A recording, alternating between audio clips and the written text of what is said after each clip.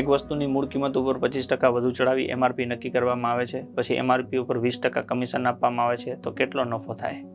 પહેલા 25% ચડાવે છે, પછી 20% કમિશન આપવામાં આવે છે, તો શું થાય?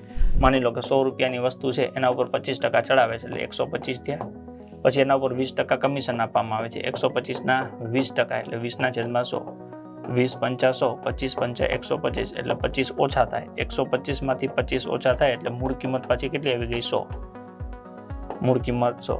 એટલે પહેલા 25% ચડાવે છે અને પછી 20% કમિશન આપે છે, તો કેટલા ટકા નફો થાય? કશું નહીં, 0%. કેમ કે 100 ના 100 જ થઈ ગયા.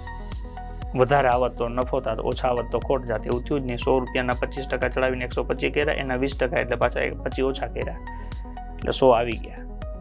તો આવા દાખલા પરીક્ષામાં પૂછાયેલા છે અને આપણે વ્યવસ્થિત આખા બુકમાં આપેલા છે અને ગણેલા છે.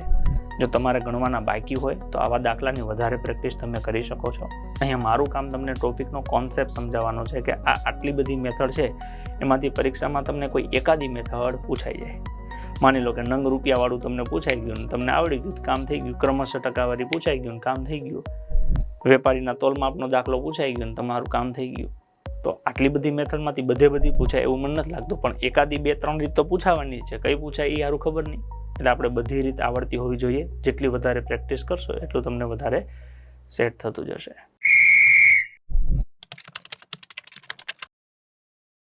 ચર્ચા ચાલુ રાખીશું. સફળ થવાનું કરવાના જ છે. બસ જોડાયેલા રહેજો. મજા આવે તો તમારા મિત્રો સાથે શેર કરજો. રેડી? મળીએ ચાલો આગળ.